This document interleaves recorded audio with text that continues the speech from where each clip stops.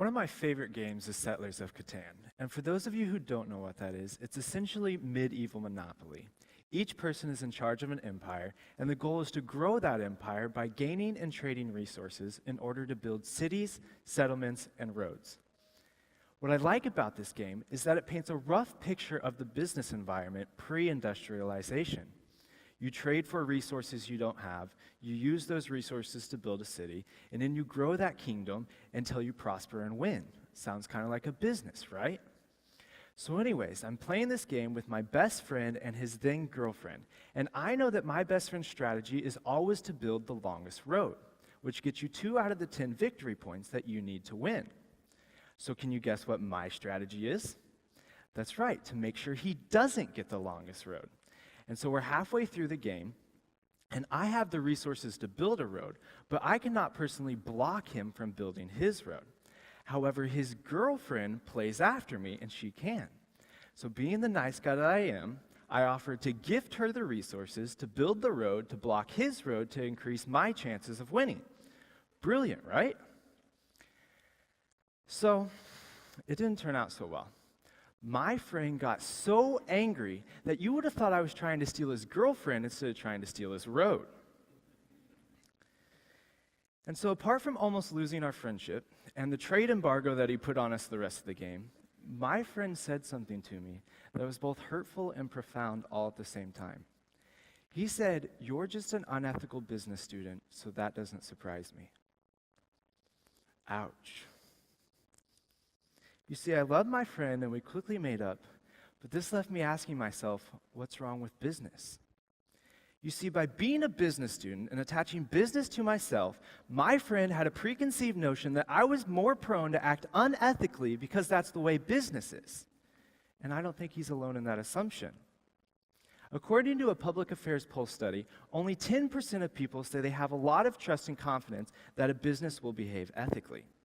And 46% of students say that they don't have little trust or any that a business will behave ethically. So why is that? Apart from the game we were playing, why couldn't my friend have said, "You're a business student, so you're going to change the world"? Or, "You're a business student, so you're going to make a profound impact in the lives of others"?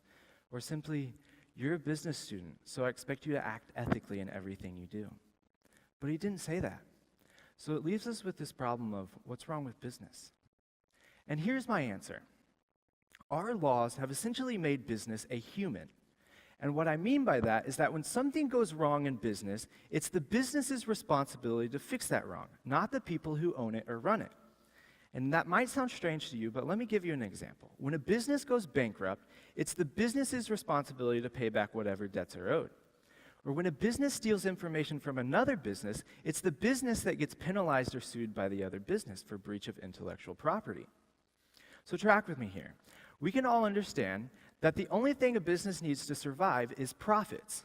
Profits are the food, water, and oxygen of business. So think about this. How many of you think that your only objective in life is to eat, drink, and breathe? I know mine's not. But think about this. What if that was your only objective? What if your only objective was to survive? Would you possibly leave the meal without paying for your dinner? Would you rob a local grocery store for a case of water? That's your only goal, right? Is to survive. And see, that's how we're treating business. We're treating business as if its only goal is to survive, and to survive is to make profits. So you see the problem we've created. We want to treat business like a human, and we want to blame things on business like a human, but we've only given it one objective, making it inhumane. And so we see this all the time. We look at the Wells Fargo situation that happened over the course of September. 2 million unauthorized accounts were made by lower-level employees to appease the higher-level executives. And according to a Wells Fargo investors call, those upper-level executives were highly compensated for the cross-selling techniques of the lower-level executives. And then we look at the Volkswagen situation that happened over the course of last year. 11 million cars were installed with defeat devices that were intelligent enough to decrease the amount of emissions only when it was being tested, and then increase those back up after it was done. And Paul Fisher, the director of auto testing for Consumer Reports, shows us how profitable that is. He says that by not installing the correct equipment to reduce emissions in the cars, each car saved $300. So $300 times the 11 million cars that were effective is a savings of $3 billion. So you see how profitable that was. And then we look at the current presidential candidates.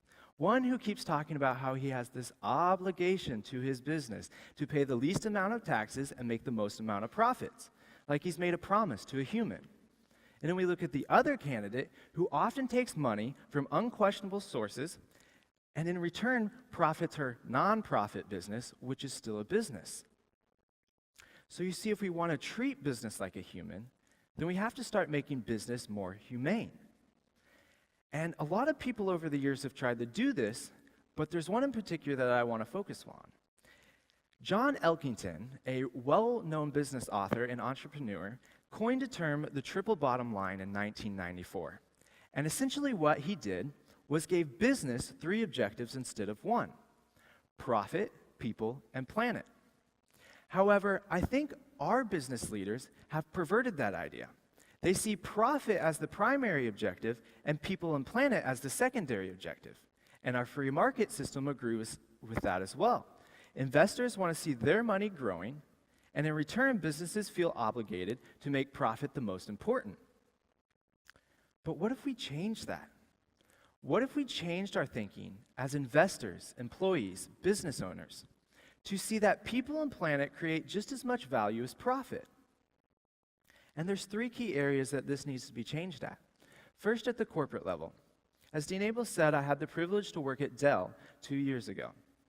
And Dell's introduced what they call Dell's Legacy of Good 2020. And Dell is committed to annually reporting not just their profits, but they annually report on how they make an impact in 3 distinct areas: environment, community, and people. And so by creating these measurable objectives, it has become part of Dell's DNA, not just a whim to increase sales. And then it has to change at the small business level. And we see this happening with the rise of social enterprises. Across the world and across the US, social enterprises are becoming much more popular, with the primary objective of people and planet and profit sustaining those objectives. And we see that they're cutting into the market share of larger corporations, causing them to rethink the way they do business. But this is the part that's not often talked about. What if we took the idea of the triple bottom line and we applied it to our lives? You see, I hope most of you have a job, or you're training to have a job, and I hope when you do have a job, you get paid for that job. You get paid for the value you create in society. There's your first objective, profit. But then how do you use that profit? How do you use that value you created to make an impact in the lives of others, people? And then take it one step further. How do you use the value you've created to make a change in this world, planet? And I think if we all change our thinking, and we do this as a collective effort, we'll start to change the way we do business. And in return, we'll be able to solve the problem of what's wrong with business. Thank you.